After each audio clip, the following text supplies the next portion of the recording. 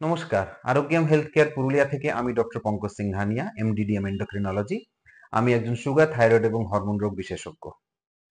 মহিলাদের স্তন বা ব্রেস্ট থেকে দুধ বেরোয় যখন মহিলারা বাচ্চাকে দুধ খাওয়ায়। যারা স্তনপায়ী থাকেন, যাদের ছোট বাচ্চা থাকে, তারা কিন্তু তার ক্ষেত্রে মহিলার বুক থেকে দুধ বেরোনোটা একটা নর্মাল ব্যাপার।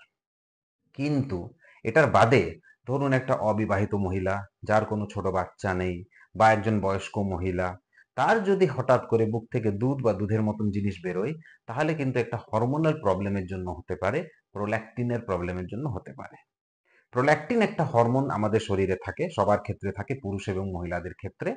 কিন্তু এই প্রোল্যাকটিন হরমোনের মাত্রা যদি বেড়ে যায়, তাহলে কিন্তু এই বুক থেকে দুধ বেরোতে পারে, অ্যাবনর্মালি বুক থেকে দুধ বেরোতে পারে, যেটা কিন্তু একটা সূচক হতে পারে একটা বড় রোগের।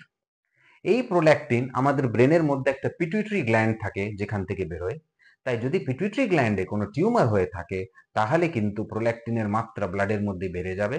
যেটা 10, 15, 20 থাকার কথা, সেটা শয়ে শয়ে বা হাজার হাজার হয়ে যাবে, এবং তখনই ব্রেস্ট থেকে মিল্ক বেরোবে, এবং মাথা ব্যথা হবে, এবং মাসিকের গোলমাল হতে পারে, বিশেষ করে মাসিক বন্ধ হয়ে যেতে পারে।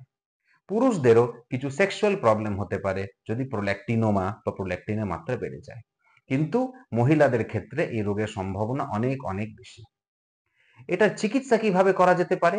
যদি আপনার এরকম কোনো সমস্যা থাকে, আপনার বাড়ির কোনো মেয়ের বা মহিলার এরকম কোনো সমস্যা থাকে, তাহলে ব্লাড টেস্ট করে রোগটা ধরা পড়বে, এবং ব্রেনের এমআরআই করে আমরা সেই টিউমারটা খুঁজে পাবো। 100% না হলেও বেশিরভাগ ক্ষেত্রে ওষুধের মাধ্যমে এটা চিকিৎসা হয়ে যায়, এবং ব্রেনের গোটা টিউমারটা গলে যায়, জাদুর মতন ভ্যানিশ হয়ে যেতে পারে যদি ওষুধটা ভালো করে খাওয়া হয়।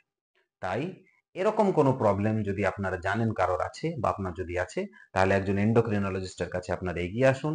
ব্লাড টেস্ট করে সমস্যা সমাধানের জন্য প্রস্তুত থাকুন।